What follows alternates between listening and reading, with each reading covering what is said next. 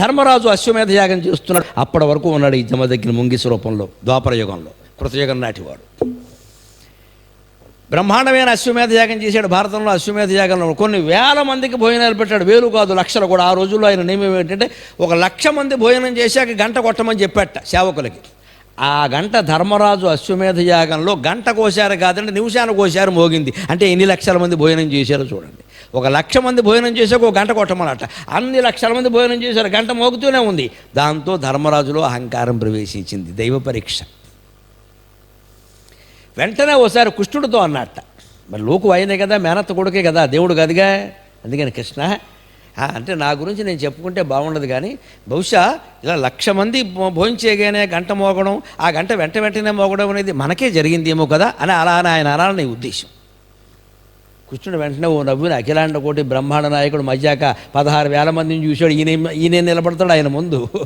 అందుకని అలాగా ధర్మరాజా దా నీకు చూపిస్తా అన్నాడు.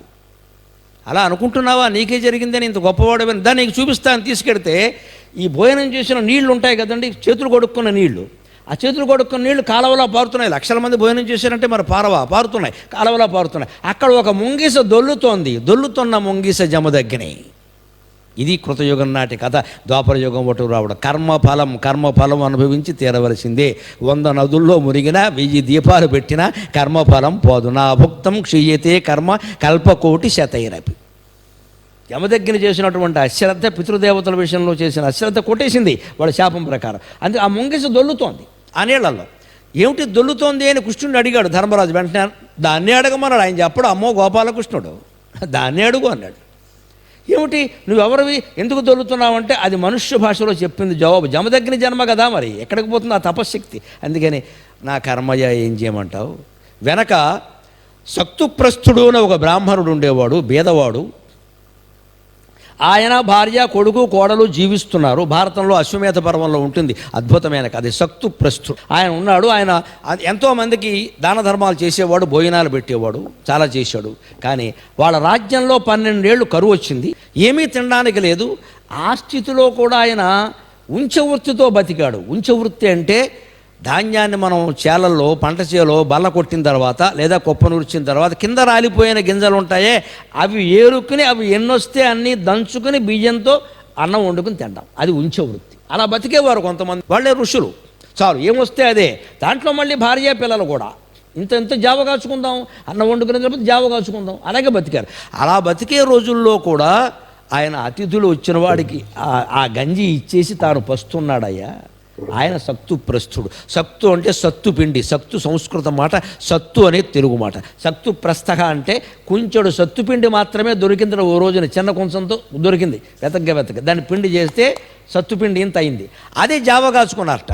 అది భార్య, భర్త, కొడుకు, కోడలు తిందామనుకుని 4 చిన్న గ్లాసుల్లో పోసుకుని మట్టి పెడతలో అక్కడ కూర్చుంటే వీళ్ళని పరీక్షించడానికి యమధర్మరాజు వచ్చేట వాళ్ళ దానగుణం చూడడానికి. వచ్చి నాకు ఆకలి అవుతోంది అని కానీ ఈ సక్తుప్రస్థుడు తన వాటా ఇచ్చేసేట. ఆ నిజాయితీ చూడండి. భార్యనిమ్మని చెప్పలా, కొడుకునిమ్మని చెప్పలా, కోడలనిమ్మని చెప్పలా, తన వాటా ఇచ్చేసాడు.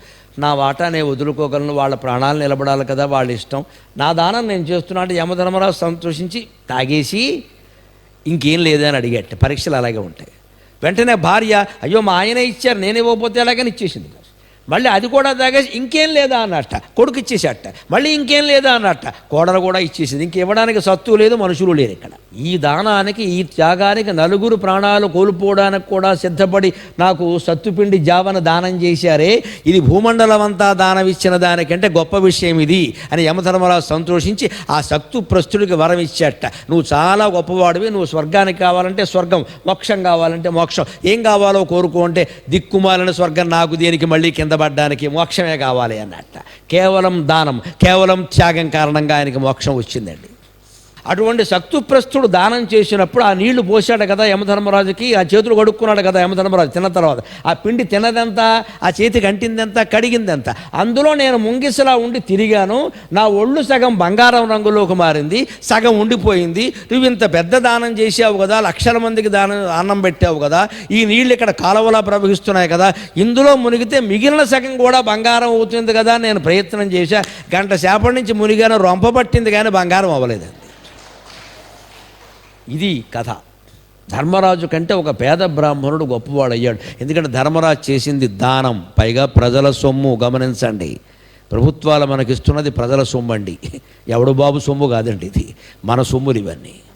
వీటిని మహా అంటే దయా దానం అంటారేమో కానీ త్యాగం అనరండి. శక్తిప్రస్తుడు చేసింది త్యాగం, ధర్మరాజు చేసిన దానం. దాని కూలి పని చేసి సంపాదించలేదు, ప్రజల దగ్గర పన్నుల రూపంలో వసూలు చేసిన సొమ్ముతో అశ్వమేధ యాగం చేశాడు. ఎంతమందికి భోజనాలు పెట్టినా అది ప్రజల సొమ్ము, అది పేరు ధర్మరాజుకు వచ్చింది కానీ, అంతే కదా.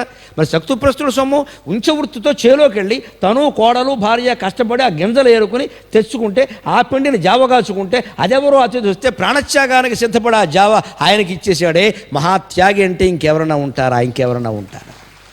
ధర్మరాజు చేసింది దానం, శక్తిప్రస్తుడు చేసింది త్యాగం. త్యాగేనైకే అమృతత్వమానసు, వేదం చెబుతున్నమాట. త్యాగం వల్లనే అమరత్వాన్ని పొందుతారు మనుషులు.